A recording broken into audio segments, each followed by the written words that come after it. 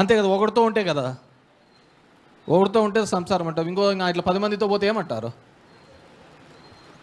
పాపం అట్లాంటి పరిస్థితుల్లో వాళ్ళు ఉండిపోయినారు. ఈరోజు నిన్న చూస్తున్నాం అమరావతి, ఇంతకుముందు కరుణాకర్ అన్న చెప్పినట్టుగా అమరావతిని వచ్చేలా లోకేష్ ఏమో స్లో మోషన్తో ఇట్లా వస్తాడు, అమరావతికి అభయం కుశలం అని చెప్పేసి.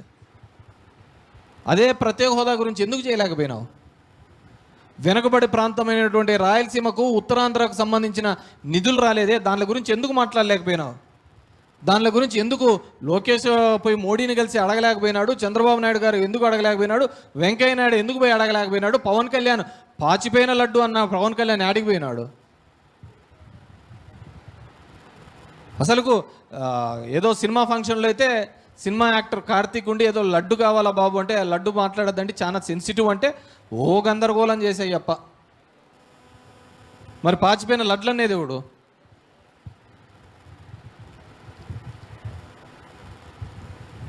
ఎంతటి నీచానికైనా ఈ కూటమి పోయే ప్రమాదం ఉంది.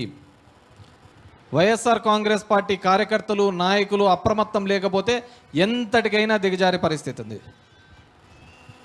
దేవుళ్ళ పేరు మీద, కులాల మీద, మతాల మీద చిచ్చు పెట్టే ప్రమాదం ఉంది. ఏం మనకంటే పెద్దగా పూజిస్తారా? మనకంటే దేవుని పెద్దగా కొలుస్తారా? మేము దేవుళ్ళని నమ్మితే నువ్వు అమ్ముతావు అంతే. మేము ఊరు బాగుండాలి, అందరం బాగుండాలని దేవుని ప్రార్థిస్తే మాకు ఓట్లు ఎట్లా రావాలి అని దానిని ఏ విధంగా చీల్చాలని చెప్పేసి. రాముడు, కృష్ణుడు, వెంకటేశ్వర స్వామి ఇట్లా ఎంతమంది దేవతలు ఉన్నారు, ఎంత ఇంపార్టెంటో మా ఊర్లో ఉన్న మారమ్మ అంతే ఇంపార్టెంటే, మా ఊర్లో ఉన్న చౌడమ్మ అంతే ఇంపార్టెంట్, మా ఊర్లో ఉన్న గంగమ్మ అంతే ఇంపార్టెంట్, మా ఊర్లో ఉన్న పెద్దమ్మ కూడా అంతేగా కొలుస్తాం మేము. మా ఊరికి ఏ కష్టం వచ్చినా ఆ గంగమ్మ దగ్గర పోయి ఏదైనా చేస్తేనే మా ఊరి కష్టం తీరుతుందని నమ్ముతాం. ఇది భారతదేశంలో ఉన్న సంస్కృతిలో, భారతదేశంలో ఉన్న కల్చర్లో ఇది ఒక భాగం. దాన్ని కూడా నువ్వు రాజకీయాలకు వాడుకుంటా అంటే మీరొక్కరే దేశభక్తులు, మేమంతా దేశద్రోహులు అన్నట్టుగా దేశాన్ని అమ్మకాలు పెట్టినారు వాళ్ళు. మీరు కూటమి ప్రభుత్వం దేశాన్ని అమ్మకాన్ని పెట్టినారు. ఏందో అమరావతి అమరావతి అమరావతి అంటారు. హైదరాబాద్లో ఐఎంజీ స్కామ్లో ఢిల్లీ రావు ప్రభుత్వం అయిపోయిన తర్వాత ఢిల్లీ రావు అనే వ్యక్తికి ఈయన రాసిచ్చినాడు చంద్రబాబు నాయుడు. ఢిల్లీ రావు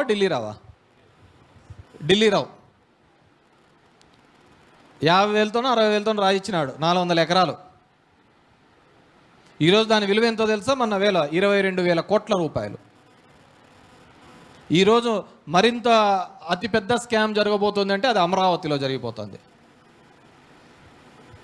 రూపాయి ఇస్తే చాక్లెట్ బిల్లలు వస్తాయో లేవో తెలియదు, కానీ ఈడ 100 ఎకరాలు మాత్రం ఈయన ఇస్తా పోతున్నాడు. భవిష్యత్తు తరాల పిల్లలకి ఏం కావాలో తెలియదు. ఈరోజు రైతులు చూడుకోండి, మీరు గ్రామంలో ఇక్కడ ఉన్న వాళ్ళందరూ రైతులే. ఏ పంట గిట్టుబాటు ధర ఉంది? ఒక్క పంటకు గిట్టుబాటు ధర ఉందని చెప్పాము. నిన్నటి వరకు శనిక్కాయ ఏదో రేటు ఉందన్నారు, ఈరోజు చూస్తే శనిక్కాయ రేట్ లేదు. మాట్లాడాల్సిన అచ్చెన్నాయుడు అయితే జగన్మోహన్ రెడ్డి గన్ను తీసి కాల్చల్లా అంటాడు. నీకు ఆల్రెడీ కింద ఒకసారి కాల్చినట్టున్నారు.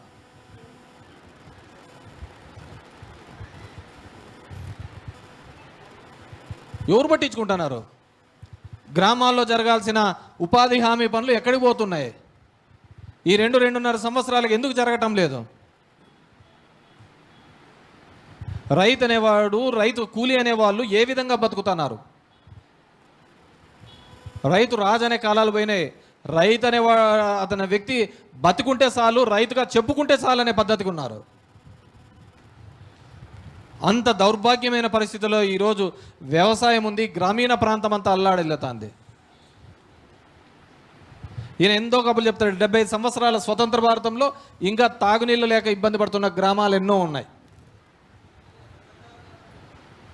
ఇది 75 సంవత్సరాల స్వతంత్ర భారతంలో కావాల్సింది. ఇప్పటికి 3 పండుగలకు 3 సార్లు ఓపెన్ చేసినాడు చంద్రబాబు నాయుడు. ఓసారి ఉగాదికి, ఇంతకుముందు ఇంటి పండగ అని చెప్పేసి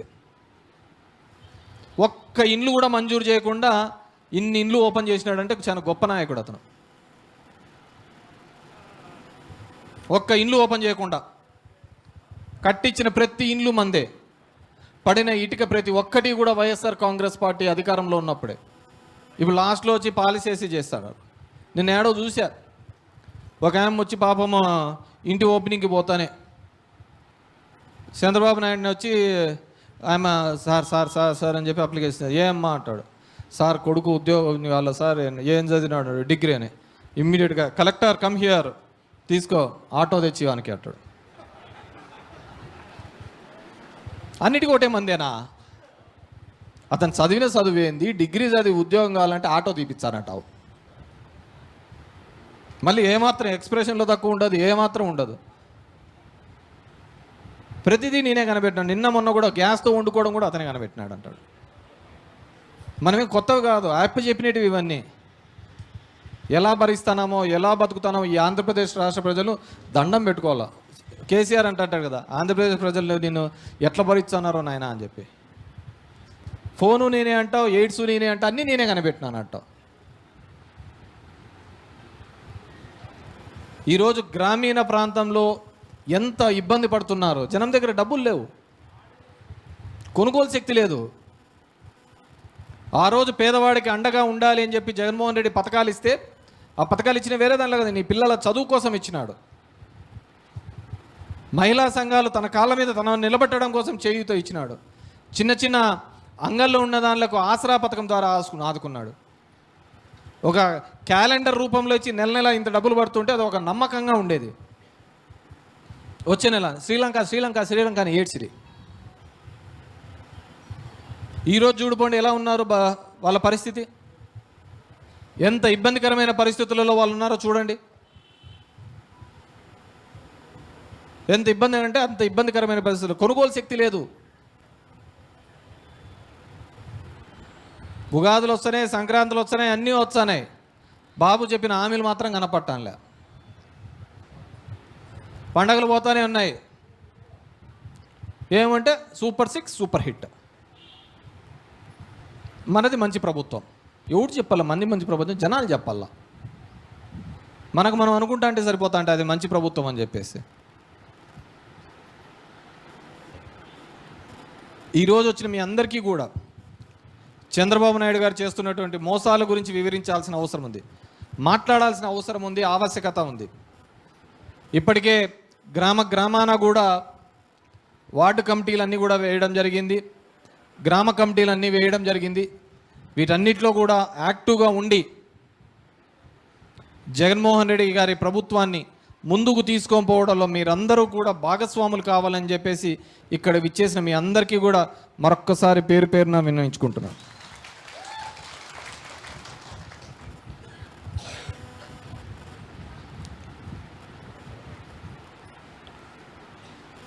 ఎందుకంటే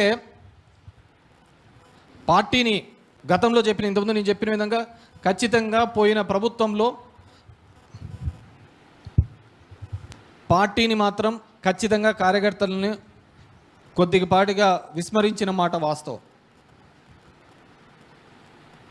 జనానికి మేలు చేయాలనే ఆలోచన మీద ఎక్కువగా ఉన్నారు తప్ప ఇవి ఆలోచించలేదు. కానీ జగన్మోహన్ రెడ్డి గారు మేము పదే కూడా ఆయన కూడా చెప్తున్నాడు, రాబోయే జగన్మోహన్ 2 ఖచ్చితంగా కార్యకర్తలతోనే ప్రతి ఒక్క పథకము కూడా ముందుకు తీసుకొని పోతుంది, వాళ్ళని ముందుకు పెట్టుకొనే చేస్తున్నామని చెప్పేసి.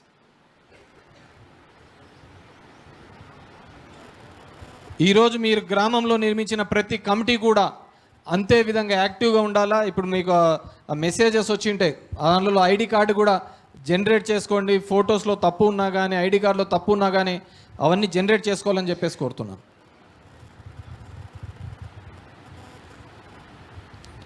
ఎందుకంటే చాలా విధాలుగా చూపిస్తాడు. 3 రోజుల కిందటి వరకు ఒకటి నడిపించినాడు. ఎప్పుడైతే పుత్తా మహేష్ అనే అతను డ్రగ్స్ తీసుకున్నాడు అని చెప్పేసి మనం తీసుకొని వచ్చామో ఇమ్మీడియట్గా వైఎస్ సునీత వచ్చేది, షర్మిల వచ్చేది. చూడండి, ఎప్పుడు కావాలంటే అప్పుడు సినిమాలో క్యారెక్టర్లు వచ్చినట్టు వస్తాయి వీళ్ళు. మళ్ళీ డైవర్ట్ చేయడం,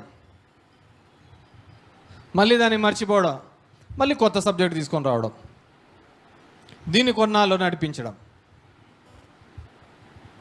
నిన్న మొన్న నుంచి ఆరోగ్యశ్రీ బిల్లులు రాలేదని హాస్పిటల్స్ మూతపడ్డాయి. ఫీజు రియంబర్స్మెంట్ రావడం లేదని కాలేజీ వాళ్ళు ఘోష పెడుతున్నారు.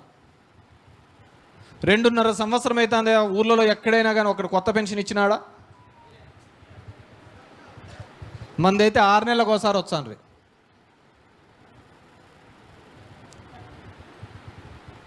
ఎలక్షన్లు ఉన్నాయి కాబట్టి ఇవ్వచ్చు, కానీ మీ అందరినీ కోరుకునేది ఒకటే, మీరేం ఒకసారితోనే అయిపోవాలని నేనేం కోరుకోవటం లేదు. ఎందుకంటే గతంలో అయితే ఒక మంచి సర్పంచ్ అంటే ఊర్లో లైట్లు బాగా చేసుకుంటూ నీళ్లు బాగా ఇస్తా అంటే ఒక మంచి సర్పంచ్గా ఉండేవాడు. ఈరోజు ఆ పద్ధతిలో లేదు. ప్రజల యొక్క ఆలోచన విధానము ఇంకా ఇంకా ఏం కావాలి ఏదో ఒకటి ఈ విధంగానే సాటిస్ఫాక్టరీ లెవెల్ తగ్గిపోయినాయి, పెరిగిపోయినాయి. కాబట్టి మనం నిత్యం అందుబాటులో ఉండి వాళ్ళకు మొత్తం సర్వీస్ చేసుకుంటూనే వస్తూనే టైం అయిపోయినాయి, దానికే పదవికేం కాదు.